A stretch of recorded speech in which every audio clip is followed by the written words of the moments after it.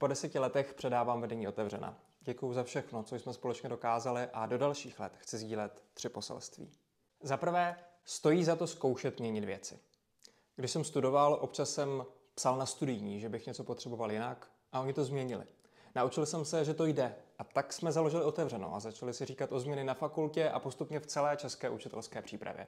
Přidali se další lidi a společně se nám podařilo spustit nové předměty i celostátní reformu.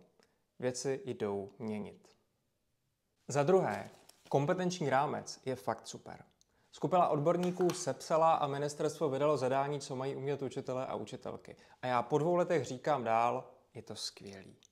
Já osobně se vracím ke čtení kompetenčního rámce, který mi pomáhá porozumět, jak být dobrým učitelem. Fakt, čtěme kompetenční rámec, používejme ho, je na to dělaný a strašně se nám to vrátí. Za třetí, je potřeba pokračovat v proměně učitelské přípravy.